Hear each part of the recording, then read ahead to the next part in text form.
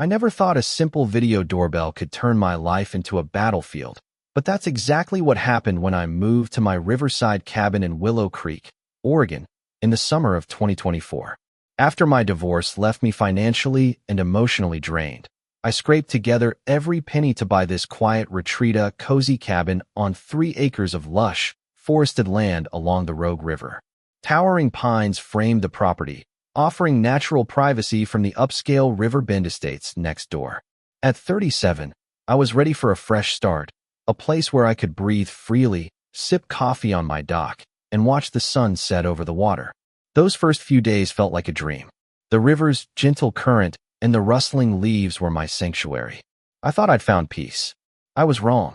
It all started that July morning when I was installing a smart doorbell. Drill in hand, I was halfway through mounting it when Claire Thompson appeared like a hawk swooping in for the kill.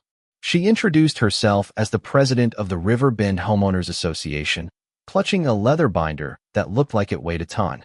Dressed in a crisp gray blazer at 8 a.m., her auburn hair perfectly pinned, she radiated control freak energy. Her smile was tight, her eyes sharp, scanning my cabin like she was appraising a foreclosed property. I tried to be polite, assuming she was just an overzealous neighbor, but the way she stood too close, pointing at my doorbell like it was a bomb, set off alarms in my head. She demanded I remove it, claiming it violated community aesthetic standards and posed a privacy threat to kids playing nearby. I explained, calmly as I could, that my cabin wasn't part of her HOA. I'd checked the deed before buying me property, built in 1985, predated her association by 2 decades. Claire barely glanced at my paperwork before waving it off, insisting that everyone in Willow Creek follows our standards, member or not. Her tone was so smug, it made my skin crawl. Claire's visit wasn't a one-off.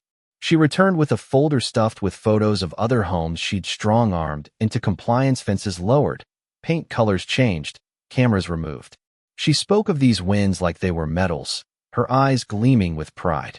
When I held my ground, showing her the deed again, she stepped closer, her finger inches from my doorbell, and I had to tell her not to touch my property. That's when her mask slipped. Her voice turned icy, promising I'd have 48 hours to comply or face consequences. As she marched off, she threw a parting shot over her shoulder. "You'll regret this, Mr. Carter." The way she said my name, like she'd already dug into my life, sent a chill down my spine. I realized this wasn't about a doorbell. This was about power. 3 days later, I was washing my Toyota in the driveway, the river sparkling under the morning sun, when 2 police cars roared up, sirens blaring. My heart sank as neighbors peeked out, some in pajamas, probably thinking I'd robbed a bank. Officers Daniels and Martinez stepped out, looking professional but skeptical, like they'd been dragged into something trivial. Claire had called them, claiming my doorbell was illegally surveilling children and endangering the community. She stood nearby, binder in hand, reciting municipal codes like she was running the show. I explained my non-HOA status, showing the officers my deed. They checked the county database on a tablet, confirming my property was exempt. Officer Daniels politely told Claire they couldn't enforce HOA rules on non-members. Her face turned crimson, and she started arguing with them, demanding their supervisor. The officer's patience was wearing thin, and they warned her about misusing 911. As they left, Claire glared at me and hissed, "This isn't over, Carter." Her words felt like a threat, not a promise. I couldn't let this slide. Claire had weaponized the police over a doorbell, so I took a day off work and headed to the county courthouse in Medford, armed with my laptop and a thermos of coffee. The records office smelled like dust and bureaucracy, and the clerk barely looked up from her Sudoku puzzle as I requested River Bend's incorporation documents. After some grumbling, she handed over a stack of files. What I found was a goldmine. The HOA, formed in 2005, had shaky legal footing. The original developer, Riverside Holdings, went bankrupt mid-formation, leaving gaps in signatures and boundary maps that didn't match the HOA's claimed territory. At least 7 properties, including mine, were never part of the agreement, yet Claire treated them as if they were. Then, a man in a tailored suit approached James Larson, the HOA's attorney. His timing was too perfect, like Claire had spies watching the courthouse. He suggested I was wasting my time challenging established leadership, but his slick confidence only made me dig deeper. Back home, a violation notice was taped to my door, fining me $250 for disrupting community harmony by researching at the courthouse. Claire had turned my legal inquiry into an HOA offense. Over the next week, more notices arrived, citing excessive legal consultation and threatening neighborhood stability, totaling $2,500 in fabricated fines.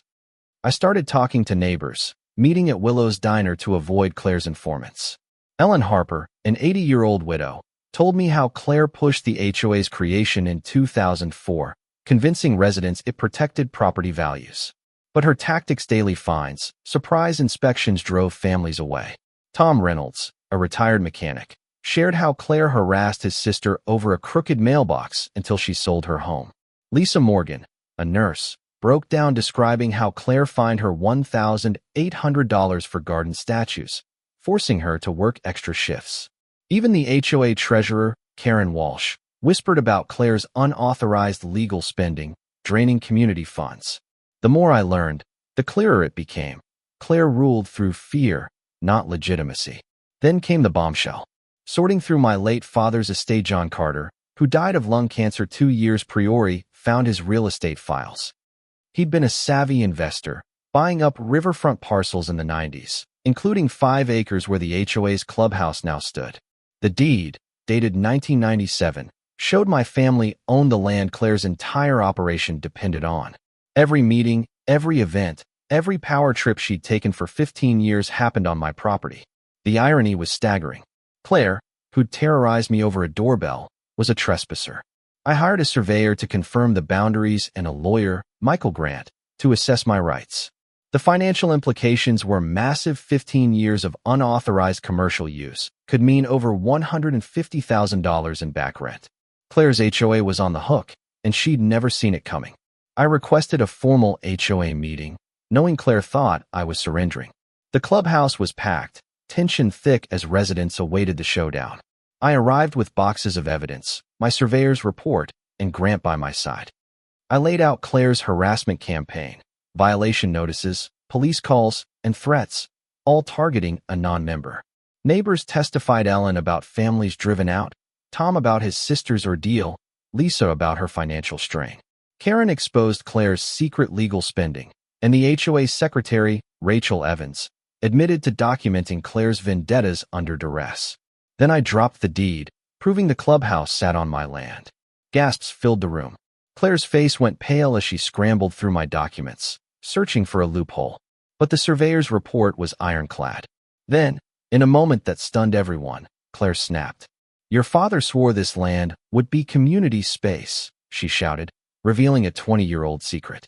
She'd been in love with my father, and his unfulfilled promise fueled her vendetta against me. The room froze. Her harassment wasn't about community standards, it was personal, a twisted revenge against a dead man's son. The board, horrified, voted to remove her. Karen confirmed Claire's actions voided insurance coverage, leaving members liable. Residents who'd backed Claire now faced financial ruin for her obsession. 6 weeks later, Claire shuffled to my door with the first $1,500 lease payment for the clubhouse. Her polished facade was gone, her suit wrinkled, her confidence shattered. The lease signing, witnessed by neighbors at the courthouse, marked her defeat. The HOA's new president, Karen, introduced transparent governance, ending the era of fear. Kids played freely, neighbors chatted without looking over their shoulders, and the clubhouse became a true community space under my terms. My father's vision, a vibrant, fair community, was finally taking shape. Standing on my dock, watching the river reflect the October sunrise, I felt peace. The doorbell that sparked this war still guarded my home, a symbol of my stand. Claire's rent checks would keep coming, a reminder that truth and persistence could topple even the most entrenched tyrant. My father's legacy was secure, and I'd turned his dream into reality. What would you have done? Would you have fought Claire from day one, or tried to appease her? Could you forgive someone who turned a personal grudge into a neighborhood nightmare? Should HOAs have this much power, or are they just legalized bullying? Drop your thoughts below. Hit that like button if you felt the rush of this fight, and subscribe for more stories where truth takes down tyranny. Let's get this conversation going.